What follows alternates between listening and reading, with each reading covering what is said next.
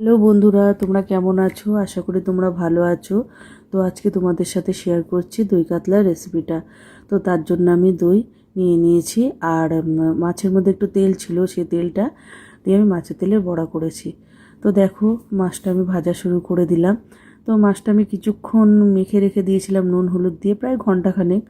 তো তাতে মাছের মধ্যে নুনটা ঢোকে আর খেতেও বেশ ভালো লাগে। তো আমি একে একে সব মাছগুলো প্রায় ভেজে নিলাম, ভাজাটা কমপ্লিট হয়ে গেল। তারপরে আমি কি করলাম, মশলাটা করে নিলাম। তো মশলাতে আমি আদা, জিরে, পেঁয়াজ, রসুন আর কাঁচা লঙ্কা নিয়েছিলাম।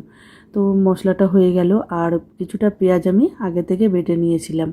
তো মাছটা একটু অন্যভাবে করলাম। তেলের মধ্যে প্রথমে পেঁয়াজ বাটাটা দিয়েছি, একটু নেড়ে ছেড়ে তারপরে মশলাগুলো দিয়েছি, তারপরে একটু ধনে গুঁড়ো দিয়েছি। এরপর দেখো, একটু নেড়ে চেড়ে নিলাম, তারপরে একটু শুকনো লঙ্কার গুঁড়ো দিলাম। শুকনো লঙ্কার গুঁড়ো দেওয়াতে কালারটা দেখো কত সুন্দর এসেছে। এরপর টক দইটা দিয়ে দিলাম। তো কিছুক্ষণ নেড়ে চেড়ে নিলাম।